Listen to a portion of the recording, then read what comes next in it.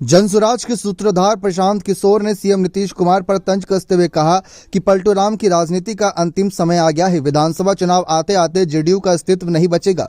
दरअसल बिहार में सत्तारूढ़ गठबंधन जेडीयू और आरजेडी के बीच तनाव की खबर आ रही है। हालांकि इस बीच डिप्टी सीएम तेजस्वी यादव और उनके पिता आरजेडी चीफ लालू यादव ने नीतीश से मुलाकात की।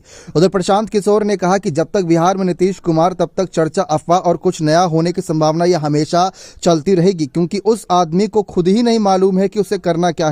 प्रशांत किशोर ने कहा कि बिहार के नजरिए से मैं दावे के साथ कह सकता हूं कि नीतीश के इस तरह के पलटूराम राजनीति का करीब करीब अंतिम समय आ गया है।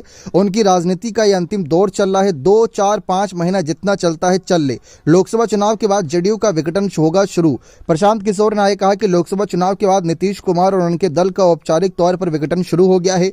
अगला विधानसभा चुनाव आते आते जेडीयू का कोई अस्तित्व आज के स्वरूप में नहीं बचेगा। प्रशांत किशोर ने जन सुराज पदयात्रा निकाली है। उन्होंने बेगूसराय के बरौनी ब्लॉक में कुल 11.2 किलोमीटर तक की पदयात्रा की। वहीं हामू डी नीनक बलवारा मेदा साहुरी तक गए। इस दौरान कई जगहों पर रुककर जनसंवाद किया और लोगों को वोट की ताकत का एहसास दिलाया।